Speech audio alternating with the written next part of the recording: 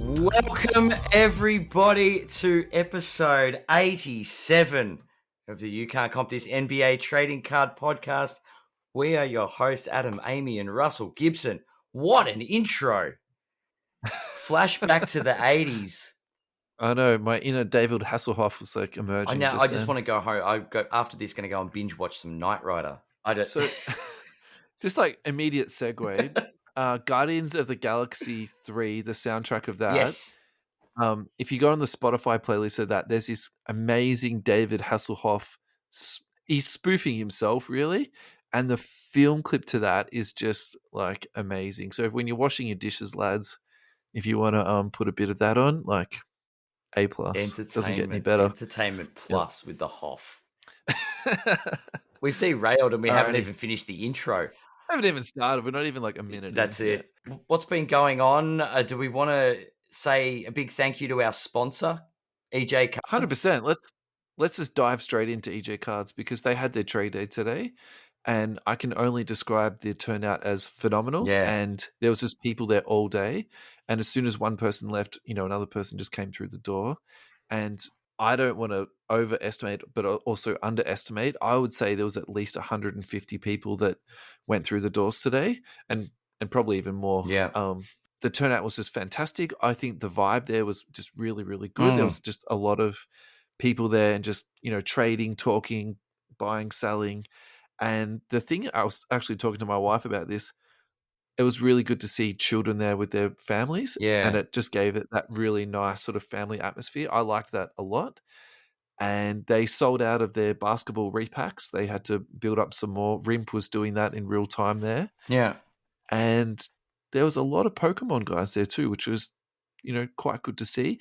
Dion was there that we've met previously at the last trade show. So just fantastic show out, and just congratulations to the boys at EJ for, putting it all together. And then also to their new shop looked fantastic. So just keep up the work with that, lads. Just fantastic stuff. So yeah, diving.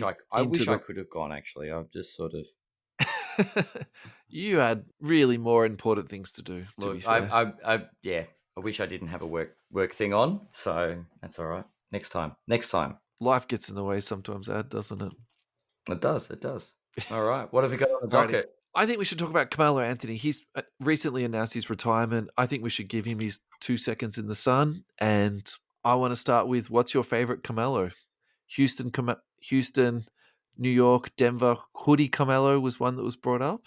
And my personal favorite was USA. I just thought, as a USA basketball player, where he could play that power forward role and not be too undersized, he was just unstoppable. I have to say, there was just something, Team USA Melo. Come on. He just had a little bit of extra confidence, and I suppose also the shorter three-point line probably helped him, just a little bit too, but he was such an amazing international basketball player. So that was definitely my favorite. Yeah. It was, look, Melo, unfortunately, wasn't, I suppose, didn't get to the lofty heights, or didn't get to the promised land in NBA land, but he did on the international scene for the United States. So I guess that's why I'm a big fan of Team USA. Melo had a huge impact. He was a big reason. He was a lot of drive for them with Team USA. I thought it was pretty funny. I chuckled a bit when the announcement came, and the first thing said, Carmelo's retiring a Laker. I'm like, and no, he hasn't been on a roster for the better part of the season. I don't think he's retiring a Laker. I think he's just retiring from basketball. If he does get his jersey retired, of all the teams he's played for, who do you think will retire? New York, without a doubt. Okay. Really? I think it's a New York thing. I think, like, it's definitely not. It's not the sort of running around at other teams. I think it's that when he was in New York is when he was at his most what's the word? Impactful. I feel like in New York. Okay. But he was the guy in New York. That was the thing. He was always the guy in New York. Yeah. Be it good or bad. My initial thought was Denver. Okay. And I was just really quickly counting up how many years he played for Denver then. So basically he played there for 7 years. Yeah. And then 7 years in New York. So it was pretty much split evenly. So I suppose you could almost flip a coin there, couldn't you, really? I just have more sort of favorable memories of him playing more impactful basketball, particularly in the postseason for Denver. I sort of remember with him like George Karl, Kenyon Martin, and then they sort of had that next team where it was like Chauncey Billups, and then Iverson was there for a little bit. They were quite formidable teams, weren't they, for a little Yeah. bit?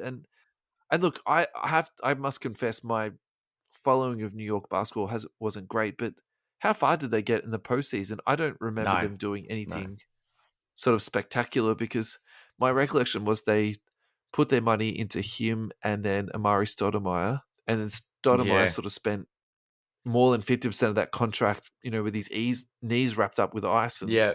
big pads. Like, Yeah. he was, yeah. All part of the gig, getting paid Look, lots of money, I guess. fantastic career, and Yeah. I think we do need to pay some respects to him. And I think card-wise, dug out a couple of cards that I thought are worth talking about. His rookie card is from Upper Deck, and they made this set called Exquisite. I might even put onto Okay. social media actually, just to into the thread that we put up. Hmm. So I found two comps that I thought was, really, really interesting. 11 out of 15, BGS 8.5. It last sold for 36,000 USD. So Whoa.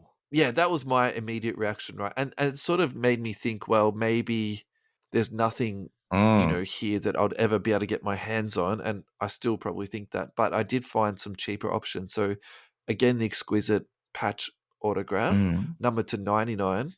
That last sold for 6,000. Now, there was two really interesting things for me about this card, is that I actually thought the patch on the 99 looked better than the patch on the number to 15. And then the second thing was the card ladder value on it. So card I actually want to reach out to the guys from Card Ladder to get their opinion on this, but the card ladder value had it at 3.5 thousand, which is way under the 6,000 that it last sold for. So Interesting. do you wait and hope that it sort of slides down a little bit and comes into that sort of 3.5 range, if you believe in the card ladder stats, obviously? But yeah, so the guys put up some really cool cards up here too. So Adam Tyndall put up this beautiful Spectra gold patch autograph. That's absolutely beautiful. James Mann put up an autograph. Now, the interesting one about that one is actually it's a sticker autograph, but instead of having that clear Panini one with the sort of the tamper evident seal or printing on it, is probably the better Yeah. word, isn't it? It's like a silver I like sticker that. autograph. So that's, I like that. Yeah. I think on some cards that would work, Mm. and obviously on other cards, not so. Yeah, it's true. That's true. I think that particular card would have looked amazing if it was an on-card autograph, with it being the clear card, and he could have just signed it across the backboard. That would be pretty sweet. And then I think the next one we have to mention is this one here from Andrew Hewitt. To the triple triple auto. auto. Wow. LeBron, Dwight, and Carmelo. That's quite nice. Do you know if that wasn't Dwight and that was like Chris Paul or like one of his other? Yeah, huge card. God, it's okay. Just the LeBron auto on it though is a big thing, but this is Crazy. about Melo. And then probably the last one to go through is from ADOS. So this LeBron Carmelo Showdown series. SGC graded to 8. That's a beautiful card, mate. Yeah, beautiful card. It's amazing. Do you have much LaMelo in your PC? Nah. How come? He's never been a player that I've sort of, I don't know. I had a nice number to 10 patch auto that I pulled. I can't even remember. I think it was Spectra. This is back a while ago. I think 2016. It was a redemption though, and I don't think it ever came. But I remember that was the only Carmelo card I ever really put any stock in. Yeah. I put him a little bit in the same compartment in my mind as Westbrook, where I think he was chasing numbers for a few years, and that does make it off-putting a little bit for me. But I suppose this is the follow-up question to that is, do you think he'll be in the Hall of Fame? That's a tough one, isn't it? Because he did win the national championship at college, then he won the Olympic medals like you highlighted before, and then he played for 18 years. Like, albeit some of these seasons weren't full seasons, but that's a very, it's a large body of work. Yeah. I think he will end up in the Hall of Fame, yes. Like, we've got Ben Wallace in there, If that's the benchmark, right? You've sort of, you make a good point. I suppose, Ben Wallace was a champion, wasn't he? He maybe did, it'll come down to that. Yeah, but so I suspect at one point I'm going to be chasing a Carmelo, because if I'm going to continue doing this Hall of Fame chase, you've got to do it. Yeah. You've got to do it. So That's kind of. I'm actually not upset about it. I think there's worse players to be chucking into a box than Carmelo. But This is true. next thing on the feed is Ja Morant versus Jamal Murray. Now, This is a game of snakes and ladders, isn't it? absolutely, and this is really a follow-on from last week's Yeah. show. But I will admit this whole Ja Morant thing has been on my mind. And if you didn't listen to last week's show, basically what we're talking about was the massive slide that Jairus has undertaken. Wee. And we're really prospecting on, is he going to be dipping down further, keeping in mind that there's a long time between now and the season starting. And then if he does, very slowly slide down during that time, and then he goes through a suspension of, say, 1, 2, 3, or 4 months, how much more is this guy going to slide down? So his last sold price was $400 USD. Yep. Now, I think the reason why this gets super juicy is because Jamal Murray is now selling at $428 USD for a silver PSA 10. So, which one are you picking up at the moment? Are you picking up the card that has maybe the highest ceiling, being Ja Morant, but also has the slide down? Or are you leaning towards the Jamal Murray, who's essentially turned out to be a very dependable player? Like, yes, obviously there's that very big peak and trough there. But look, if you remember us discussing Jamal Murray a while back, my shock with him was how steadily his prices held even when he was injured. Yeah. Because he was out for a good 12 months. He was. But I think we debated this because there's always the people that don't want to sell because they don't know how he's coming back from injury. Yeah. But even after the comeback, people lost faith in him and he dropped off a little bit this year. Yeah. I think those people are definitely regretting their jumping off the Jamal Murray train prematurely, I think. Yeah. Look, I think to me it's pretty evident now that his fan base is quite strong. And I think that injury period sort of reinforces that for me. I think the next thing on my mind too is he's really going to be getting a lot of attention for the rest of this year. Now he's going to be on national TV and in the finals. I think that's going to help his value a lot. He's got at least 4 more games of basketball to come this year, right? Yeah, if we're being honest, Denver doesn't get a lot of attention. Actually, I've got a bone to pick with not you specifically, but like you and your Lakers cronies. So the Denver Nuggets eviscerate the Los Angeles Lakers. Yeah. Where are the ESPN cameras? Are they focusing on Jamal Murray, the Joker, celebrating with their coach? No. Following out LeBron James to Cancun. That to me is like abysmal and just the worst part about modern. You should write a letter media. to ESPN about that. And can I be honest? You're almost getting me on a rant out, you and your Lakers fans. And can I be honest with you? I'm actually proud that we've spoken about the Denver Nuggets throughout this year. And we're not like some, national media thing like ESPN that doesn't actually talk about the real issues. There's still more people currently talking about the Lakers now than the Denver Nuggets. You know the one thing I haven't done since we got swept? Talked about the Lakers. What are you going to talk about? Their holiday destination? I actually I was a guest on a friend's podcast. We were doing our predictions, and I actually said the Lakers would lose to the Nuggets in the Western Conference Finals. Yeah. At the beginning of the playoffs, I said we were gonna win our first series. We're gonna win our second series. We're gonna lose to the Nuggets because the Nuggets are gonna win the championship. They're just a really good team. That said, Miami look like they might be about to blow a 3-0 lead. Yeah. We have a game 7. I mean, we can probably do spoilers by now, but there was a little bit of luck for that last play for Boston. Tiny bit. And who was the one that hit the buzzer beater? Oh, your boy. Derek White. But did you see though that the game clock was adjusted from 2.1 seconds to 3? And so if that had stayed at 2.1, it would have been over. Yeah. Yep. Conspiracy. Let's not derail. Let's not derail the conspiracy theories. Okay. Last derail, and then we'll move on. Okay. So, have you heard about the referee that is being currently investigated and potentially being suspended? No. Okay. So I don't think this is probably the forum to do it because, we're a basketball card, not like a conspiracy theory launch. If you want to go down a rabbit hole of conspiracy theories, go onto Twitter and search for Eric Lewis. I might even pin some of the stuff onto a post.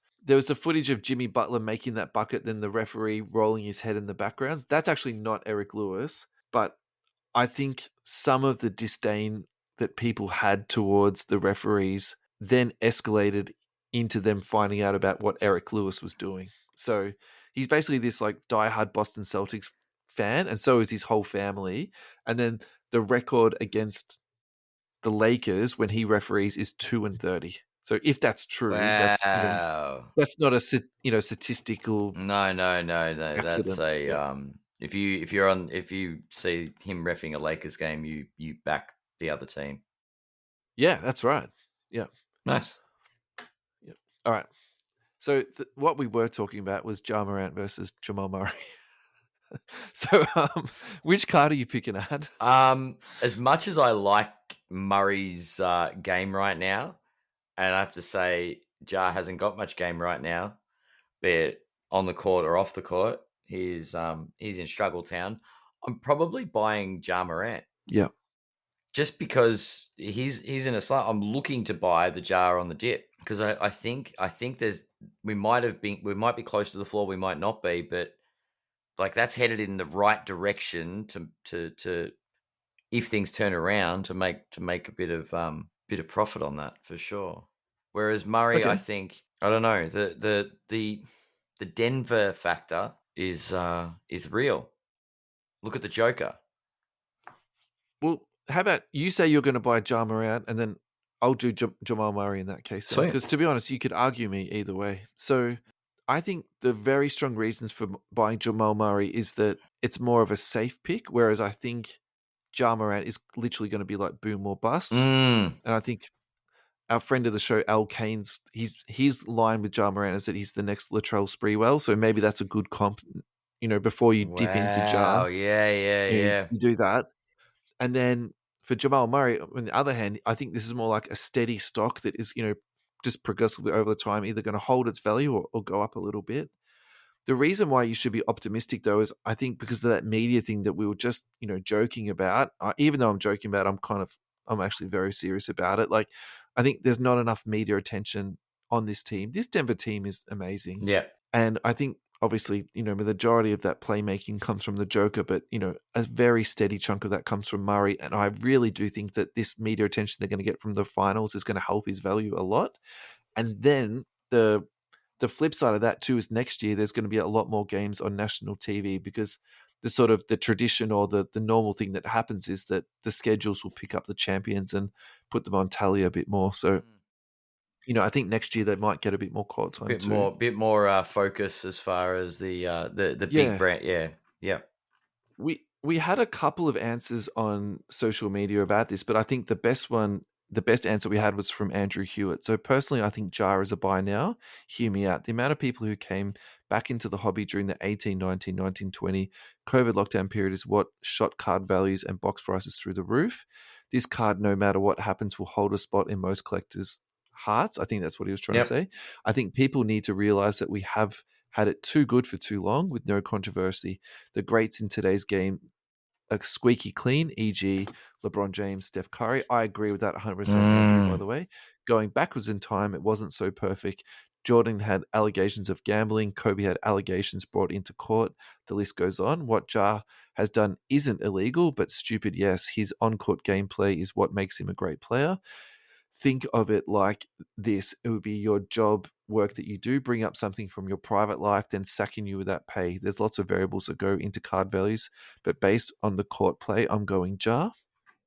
And then he just puts in a disclaimer that he's got a couple of PSA 10 silver, and that's fine. It's totally fine to have a horse in the race, Andrew, by the way, mate. Yeah. And look, I do agree with that point of view because if you do think about it, he hasn't had a mortal injury, and it's not that his play has dropped off. Yeah. I suppose, the question is, what if he can't get his act together and he's just a naughty boy? And, at some point, you're going to drive your employer crazy. Or in this instance, you're going to get the attention of Adam Silver, like essentially the school principal. That's the other way of saying it. And It's maybe true. you're going to get expelled. Like, Yeah. so That's true. yeah. What do you do? I do like as I said, I would personally buy Ja, and I'd be waiting for probably a month or two to do that. Like wait for that dip. That I was going to say, yeah. Technically, the question is, what would you buy right now? But I agree with what you're saying now. I think the time is going to be actually, the time is going to be is 1 month before he returns from suspension. So I think if you're serious about this, you need to sit down with a calendar, yeah. wait for his suspension to be announced, and then buy it a month before. Yeah. Like, Time it. that is Timing actually going to be the is time. everything, especially in this hobby. Yeah. Although on the flip side, I do like what Ados has said. Okay. Do you want to read through that one, mate? It's a very quick one. Jamal Murray. Yeah, that's they fine. might win 3 in a row, dynasty style. The pop count, sky is the limit. Yeah, the pop's low. He's right. It's a low pop count. It's like, what is it, 180 or something? He's baiting Lakers fans, man. Don't go for it. 187. You're right. Yeah, it's insane. The comparison isn't 187. Yeah, versus what? 1,533. It's a bit of a difference Alrighty. pop count wise. Pocket change. Travis Parker, $2. A Trey Man number to 149 Essentials. A Trey Man number to 149 Chronicles. I'm getting a theme here. And then a Trey Man, $4.25. Did you say a Trey Man? I did. Another one. I'm sorry. I just had to interrupt. More Trey Mans. That's totally fine. So the last one, the 149, the red, that's from the Crusades. The Crusades from 2 years ago is one of my favorite inserts ever.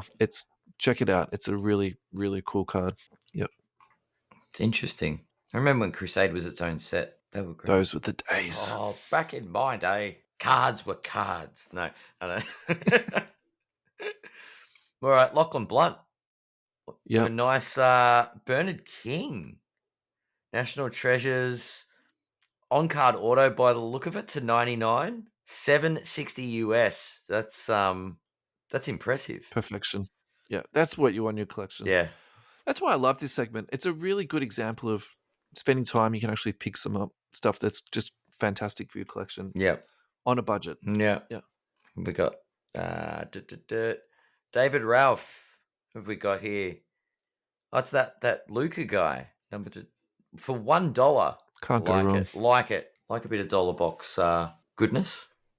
So that's the modern strokes out of Court Kings and number to 99 to boot. So yeah, massive pickup there, mate. Matty Tabe with this Shaq Rising Stars insert from $94.95 for $12. That is perfect. Delicious, yeah. Nice. What do we got? All right. Scotty James. Always loved JR, especially when he was on the Knicks. He's been picking up a few cheapies. So we've got a Court Kings portraits. JR Smith numbered to 5. Beautiful. 16. Oh, so basically for $25. 1664 US. Nice. Very nice. Perfect. Yep. What's the next one? We were speaking about this gentleman before. We were. It's almost like you knew what we're going to talk about. Oh, another one from Scotty James. Also watched Pac-Man Open 2014 Prism. Love the look, so I went chasing some colors of players I liked. So he was already on the color match back in 2014. So we have an Amari Stoudemire, big number 1 for the Knicks in the blue mojo. I don't know if that's numbered or not, but yes. No, I don't think that one is actually. Can I do the next one? Oh, you can. Right. So this is a WNBA card. It's an on-card autograph of Penny Taylor. So Penny's actually an Aussie.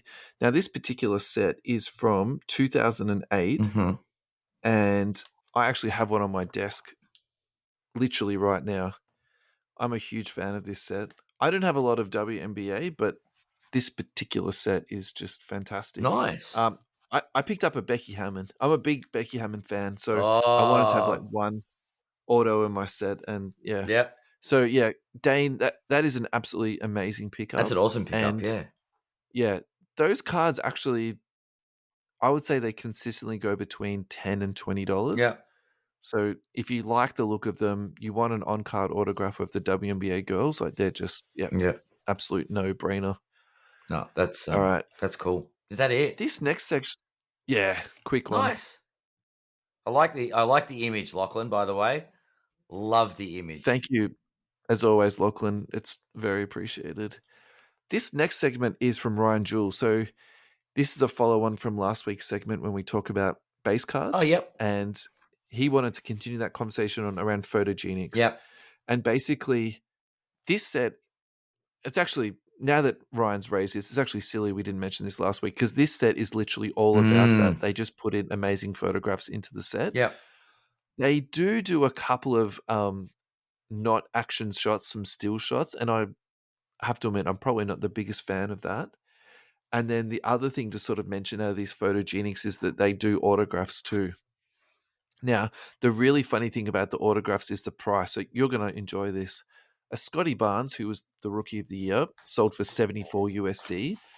And Austin Reeves, and there's multiple comps on this, sold between 62 US and $89 USD. What? Yeah. Look, actually, the autograph cards are decent. I would say that they're better than Prism, but they're less than Noir, less than iMac. Do you know what I mean? They're sort of sitting in that sort of, Yeah. I not quite the middle, but It's funny. I'm just better than the I'm just low. like, oh look, there's a Dwight Howard one. I'm like, nah, he's getting posterized by Ja Morant. Oh god. So Photogenics was a bit of a funny set because it wasn't distributed in the normal fashion. It was a Panini Direct product. Ah, okay. Yeah. And the resale on it wasn't fantastic. And it also came out during that time where the flip was starting to die off a little Oh, bit. yeah. So I didn't comp this at all for the show, but I suspect you'd still be able to get sealed boxes of this for a pretty reasonable price. It's not a high-end product at all. But as you can see from some of the photos on eBay and also on the thread here, Yeah. definitely something to check out. They are fantastic. Yeah. No, very Action very shots. nice action shots. Yeah. Good pick up. So thanks, Ryan. You pointed out something that frankly is a no-brainer. You're 100% right, buddy. All right, I got this one for you, Ad. A theoretical question. A theoretical question. This is from Sports Cards Nonsense. If one was to, say, obtain all 5 cards of a 5 of 5 set, would it be a smart investment decision to destroy 4 of those cards on camera to elevate the remaining to a 1 of 1? Whoa.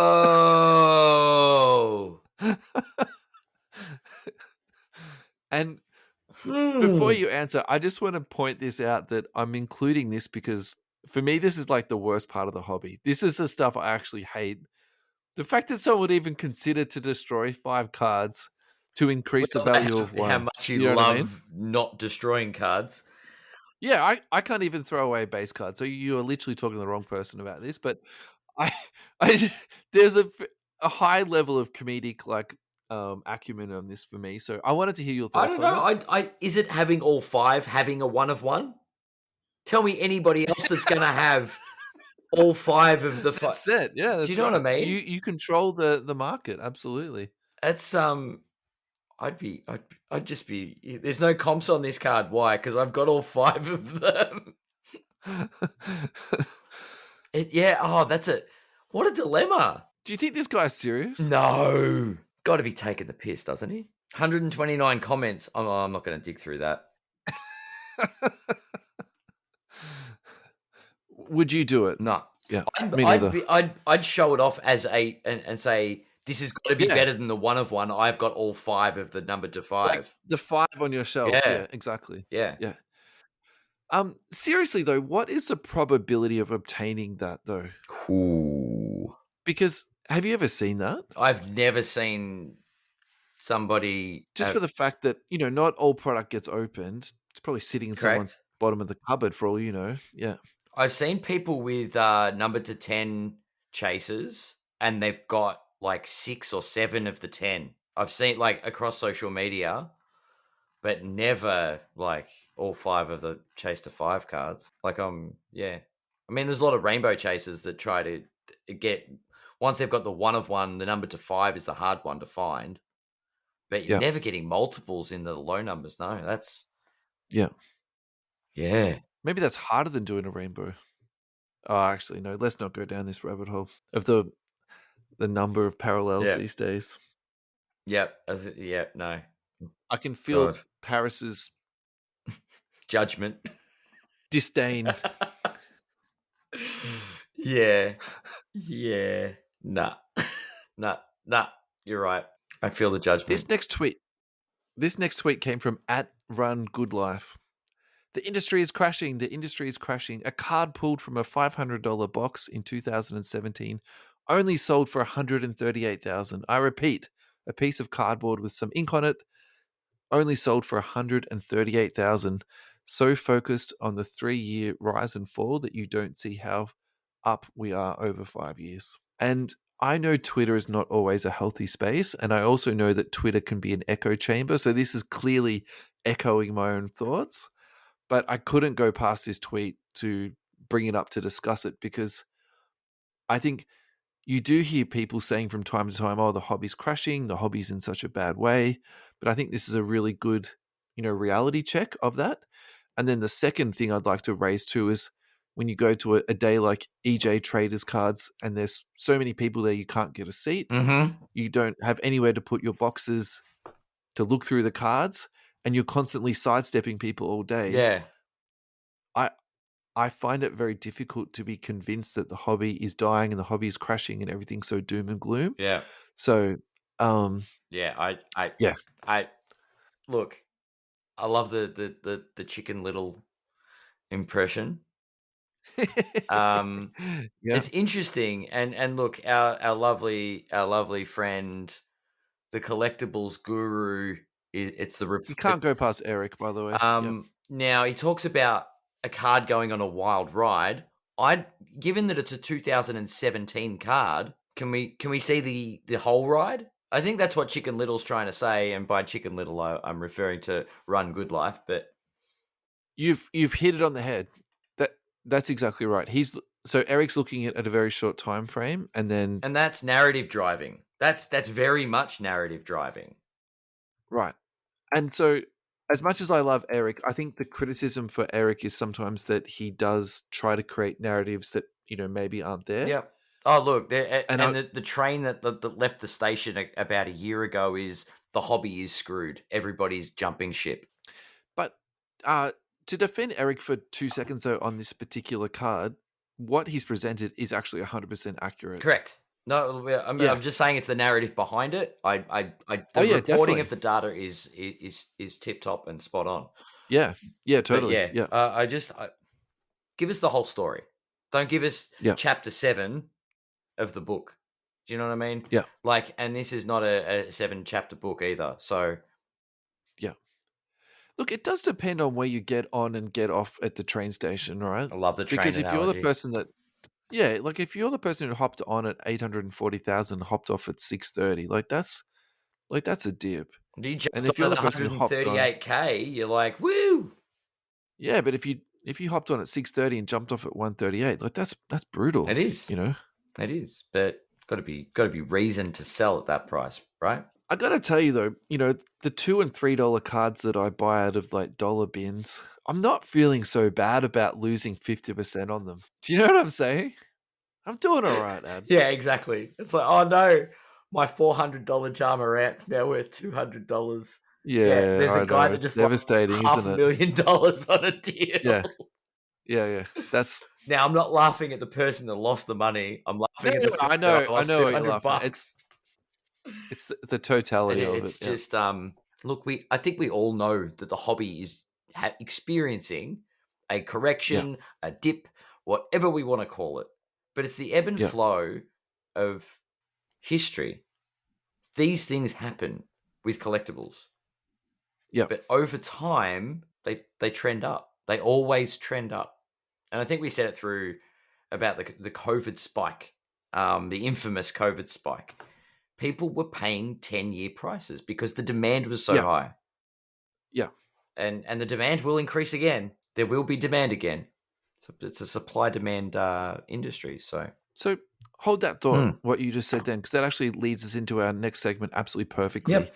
Fanatics continued to push into the collecting space, acquires PWCC. What a move. So if you aren't familiar with who PWCC is, they're essentially an auction house. Mm-hmm.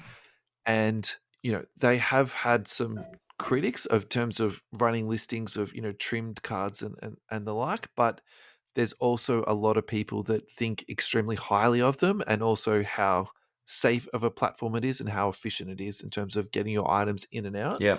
They also offer a vault, and I don't know if they're still offering this, but they also offer a service where you essentially put your items into their vault and then you borrow money off that, and then you can buy and sell more cards off that. So yeah, they also offer that. It's a ballsy move, isn't it? Well, if we remember back to the manifesto, their vision was that they would be a one-stop shop. One-stop shop. And this to me just, I don't think we need to analyze this very much further. You reckon they'll offer trimming services as part of their one-stop shop? Oh, that's Eric. Eric offers that. If he is employed by Fanatics, he'll be trimming those cards up like crazy. It's all right. He's been selling a lot of kits. There might be available trimmers out there. Anyway. Yeah. So what you were just talking about then in terms of money. So at the bottom of that ESPN article that I linked in, in 2021, global sports memorabilia market, including trading cards, was valued at $26 billion. By 2032, it's expected to eclipse $220 billion. No company has a bigger footprint in that space or stands to in the coming years. And they're talking about Fanatics in that instance. Wow. So that's food for thought, isn't it? That's crazy. That's 10xing in 10 years, basically, right? Yeah. And look, I'm a little bit we dubious. spoke about 10-year prices. Yeah. Yeah. Look, I'm a bit dubious of that number personally, but at the same time, look, even if you have a 10% rise, that's still... Look, if they get halfway there and they get to 110 billion... I was going to say, what if we get to 30 billion? That's still juicy. But half of the predicted value is just... Yeah. Wow. Yeah. Like, it's still wild, isn't it? We only got to 50% of our forecast. Oops, you're only doing over $100 billion. Yeah. Crazy, yeah. The little nugget that I read in here, though, is that Fanatics also bought PointsBet for $150 million, which essentially is a sports betting and digital casino. So, are they the one that Shaq does? PointsBet? I mean, Shaq endorses everybody, so I think that's a very loose Allen Iverson? arrow to draw, but okay. I don't know. Probably. I don't know. We're not endorsing betting apps, by the way. We're just checking. We're fact checking. No, and we don't have sponsorship from betting apps, and that's a decision that we made. No. But I will add this, is that I think that whether we like it or not, I think there is some crossover between gambling and sports cards due to the luck element of when you're opening up boxes, and also the dollars that we're handling. Yeah. So you can agree with me or disagree with me on that, but I think there is some parallels there. So they spoke about that the hobby market, Fanatics spoke about the hobby market hasn't been advertised enough, and I wonder if those two things will go hand in hand in terms of advertising and cross promotion and deals that can be made. So I think they're really thinking big picture here. And so I do have a little bit of struggle of understanding why Fanatics wants to own PointsBet, but at the same time, I can imagine how it could work together quite nicely. Yeah. Interesting. What's your final thoughts on this, Ad? I feel like we're looking at the tip of the iceberg, and that iceberg is big enough to sink something bigger than the Titanic. This Fanatics thing, we're still 2.5 years out from the official sort of handover. Is it 25, 26 that they take effect? But you can just see the wheels are turning, the moves, they're not holding back. They're making moves, and they're making bold moves. They're thinking big. I think that's the part. I think what we used to think was a big move is about to be redefined. Like, you can see what Fanatics are doing. Yeah. It's going to be... It's impressive. It's impressive. It's exciting. It's going to be a brave new world. And look, those 10-year prices, maybe they're not as far-fetched as we thought. Yeah. We'll see what happens. We'll see what happens in the collecting space once the handover sort of happens, because obviously the way it's managed will dictate how the market responds, how the people in the hobby respond. Have to have an Andrew gaze into the future. Yes, Luke Longley with anticipation. Alrighty, so our last segment of the day is a little bit of OC content. So we're going to look at the last 10 rookies of the year. And it was actually something that came off social media. So I thought we could do our own little remix or our own little flavor on it. Mm-hmm. And then, so what I've done is I've gone back through and found each rookie of the year's last comp of a PSA 10 silver. Okay. I've also put down the pop count, and then, if appropriate, I'll put some notes. The other thing I thought might be interesting is to look at the last 12 months, what's happened to the sale value. So Okay. hopefully this will give us a little bit of an overview Mm. of what's happened in the last 12 months. It'll give us a bit of an overview of where the population counts are, and then also to pricing, obviously. So Can I laugh? before I forgot that Michael Carter Williams won Rookie of the Year. Yeah, I mean, that was a little bit of a pumped up one because if you remember, that was that Philadelphia team that Mm-hmm. really had no one Yeah. else, and he was just Yeah. doing, everything. Yeah. True. So just before we push through this, Banchero, there's really no pop count on him. And Mm-hmm. actually, I couldn't find a silver PSA 10 sold comp. So I just pulled a couple of other ones, and Yeah. I thought we could just work off that. Have a look at it. Now, Yeah. really interestingly, Scotty Barnes, there's no pop data on. And in fact, Wow. so I found a sold price on the silver PSA 10, but actually it's not in the PSA registry yet, and neither was it on GemRate. So that's a bit of an interesting Is one. he under a different And then, name or something weird, or is it? oh look, no, I found him on there, but it just there was pop counts in the nines, but there was nothing in the 10. So I'm assuming just the data takes a little while to populate through. Yeah, that's fair. That's what I'm Yeah, assuming. okay, Yeah. and he's not on card ladder. No, Mm. it's too soon. Yeah. It takes a little while for card ladder to put all together. Wow. So the really interesting thing for me, this is my final takeaway of this, just at a very Yeah. high level, is look how much data there is between 2021 and 2017. Even 2016, they're starting to get a bit more data. So, Mm. and then, It just tapers off. yeah, well, I wonder if that data just hasn't sort of like reeled through yet. But I'm really kind of excited a little bit over the next 10 years as more and more data gets available to us, and we can sort of synthesize this and break it down Yeah. and sort of look at it. So, You know yeah. what? We're gonna make this an introduction to this Rookie of the Year thing, because I reckon I'm gonna call out right now, and I said I would like to speak to Ryan about it, or I'd like Ryan from GemRate to give us a call or send Yeah, us some sure. I data mean, on it. I'm curious now. so look, obviously this is my very amateur attempt at what Ryan does professionally, but yeah, of course we'd love to hear Ryan's feedback on this I'd like, segment. That would be yeah, just an awesome. Yeah. interesting thing, because it's one thing to look at the number one draft pick, but I think like Rookie of the Year, I wonder, like he likes challenges, doesn't he?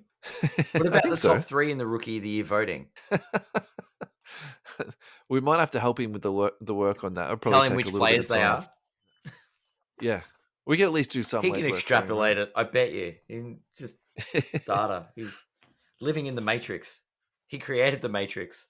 What did you take away from this ad? You can see sometimes the award is a flash in the pan award in my eyes. You can see the way that the market's been trending based on the data that you've got. But the negative in the last 12 months, the trajectory, I don't think there's any surprises. But the values, like you look at Malcolm Brogdon, right? He just won Sixth Man of the Year. Yeah. And Brogdon might be an interesting one to look at next week, because he's a key piece on a team, but how does that reflect hobby wise? Yeah.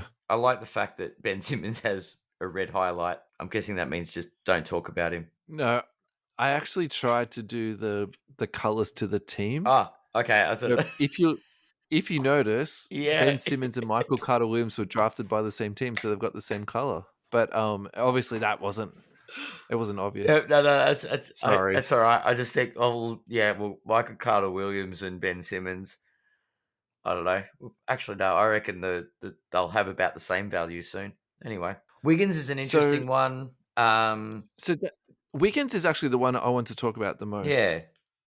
There's not a lot of good reason in my mind that he's down 74%. He did sit out a bit lot this of the season. season, I will I agree think, with that. yeah. Maybe. But if you think about his career in total, overall he's been putting up a reasonable amount of points. He was incredibly reliable when they won the championship with him. Yeah.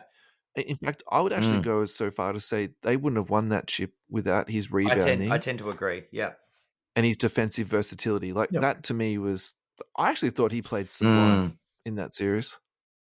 So I'm, if I'm looking at any of these and was going to pick one up, if you force me to, I would say the Wiggins is the one that's probably the most undervalued, but also has a bit of maybe punch in it. Yeah. Well, I'm actually interested in the Brogdon price is intrigues me, but the fact that he's a sixth man, not a main guy, is probably concerning. Yeah, yeah, Still, for Silver Prism, he's probably worth more than 70. I don't know. yeah. I don't know. But yeah, Wiggins stands out. It's an interesting list So the decrease over the last 12 months, Simmons is down the most at 74%. The person who dipped the least is Luka at 35%. because everyone still loves him. And Everyone's yeah, I think that actually does show the market strength for Luka. yeah. So he's currently sitting at 1,363. The population on that, though, is 2,200. Yeah, it's interesting the pop So, counts. Yeah, yeah. So my question to you about that is, does that make it a good buy or a bad buy at 1,300 US you know my dollars? stance on Luca, right? I think Well, he's very remind me. overrated.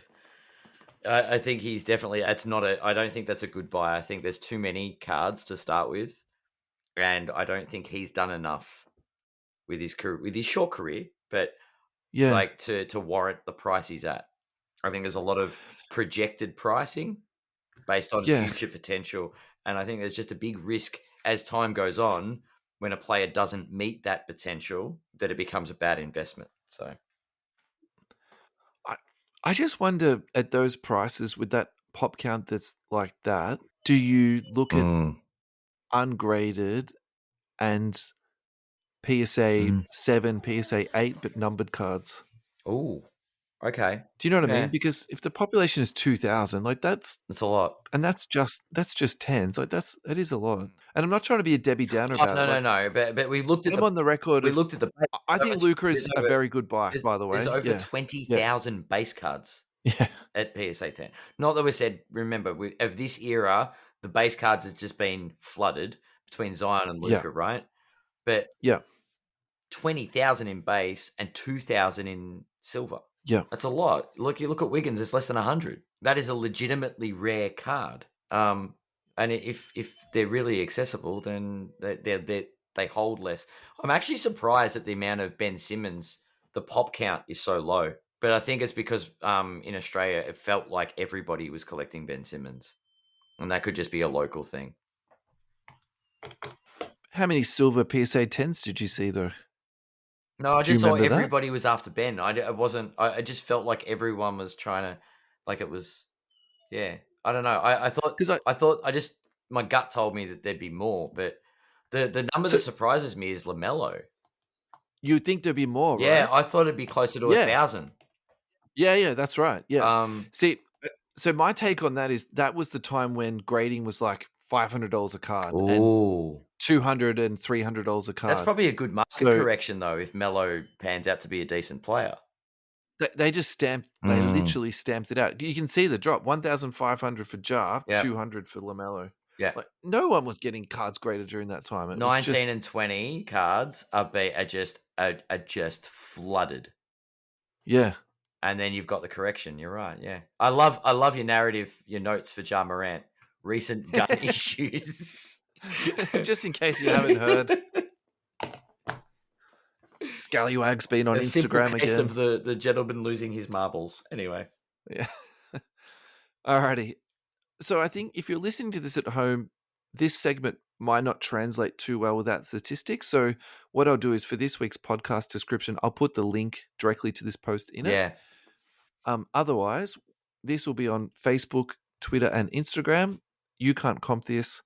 Would love you to get on and give your thoughts and yeah. opinions about it. We'd love to hear what you have to say. So Jump on the socials. Give your feedback. Do some research on other cards they may be. It's an interesting topic though to see how not just the number one draft pick, but the rookie of the year has fared card wise, hobby wise yeah. over the last decade. Well, that's it for this week. Thank you, everyone, for listening. Thank you, Adam, for coming along and Yeah, having a chat it to was us. great. I'm sorry I missed out on the trade day. I'm looking forward to the next one. I'm gonna make sure that even if work calls, I am down. I want to trade Just say you're cards. already engaged. Yeah. That's it. Yeah. It's happening. Look, I'm actually going to go down again. I think that the layout down there is just Yeah. beautiful, and we don't have to wait for a trade day to go to an ad. We could just We can go down and head just down. trade people. Yeah. Were any kids traded? That's my only question. No children were traded. It was a safe space for everyone. No adults either. No adults. No, I'm sure there are a bunch of wives that are like, "We'll trade husbands. Like, you can have, Just take them. just take them. Yeah. I don't want. Give me a repack, whatever." Yeah. Oh boy. All right. Alrighty, guys. Thank you so much. Thanks, guys. We'll see you next week.